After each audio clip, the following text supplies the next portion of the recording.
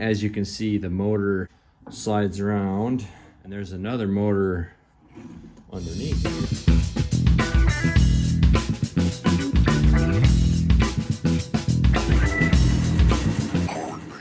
Hi YouTube, Hans here, Harbor Freight Mini Mill project. Today I'm gonna do a shorter video that shows the final setup of how I have the motors placed on the mill. So I just want to conclude before I move on to the next part of the mill. So thanks for watching. I hope you enjoy.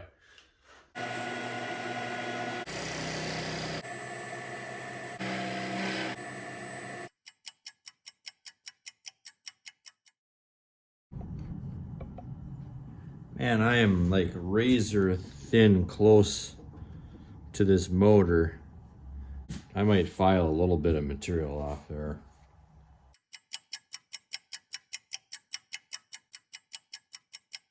I've got this piece slotted in the well, I guess it's in the Y direction because I needed to get the alignment. I needed to be concentric in this hole. So around here I'm concentric around there now. And as you can see, the motor slides around. There's another motor underneath it. I do need to take a little material off of here.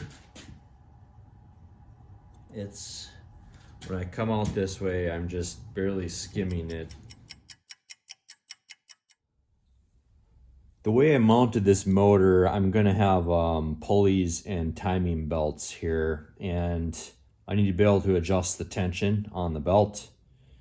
And so I made some slots so the motor can go up and down a little bit. It can't go too far. So I'll put it somewhere and I'll pick my belt size based off of that measured center line. I also built in over here where the bearing goes some slotted arcs that allow me to rock it up and down. You know, depending where I'm at in and out, it might have been the case where a work piece would actually hit the motor, which I wouldn't want. So I made this rotate just a little bit so I can get this set at a point where I want it. On the bottom side, I have the hazard of running into the lower motor and the base of the mill. So here's my flat edge. I put it up here and I can tighten it down. Here's the ball screw. There will be a bearing and a nut that go on here that capture it inside the bearing retainer here.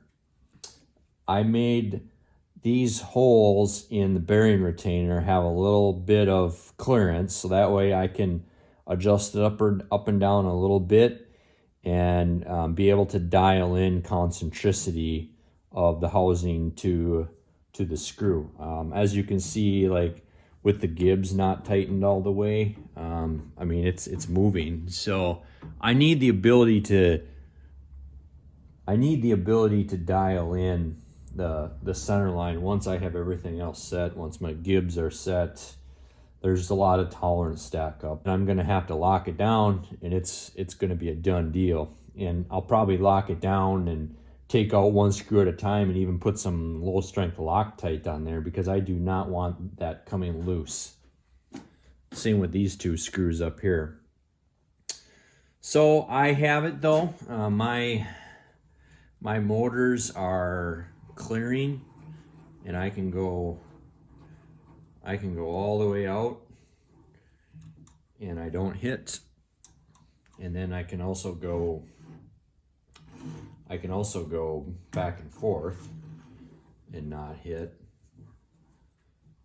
So here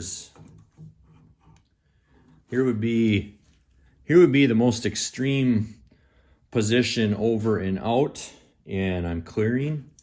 And then if I go over here, that's it right there. I'm bottomed right there, and I'm clearing. And then I can't turn the wrench right now with this here.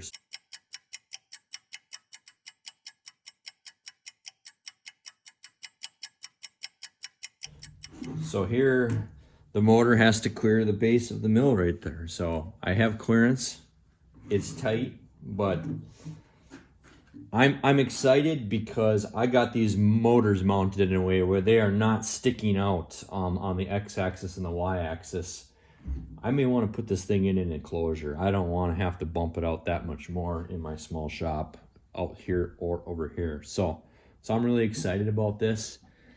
I think the next move is going to be to mount the last motor for the z-axis up on the top of the column there. So I wanted to conclude this video for this portion of the build. The X and Y mounting and adjustment is done. The only thing I'm waiting on is once the bearings and the pulleys arrive, I will do the final cutting on the ball screws. So that is the one piece that's still open. Thanks for watching. Please like and subscribe, and I really enjoy getting the comments from the community.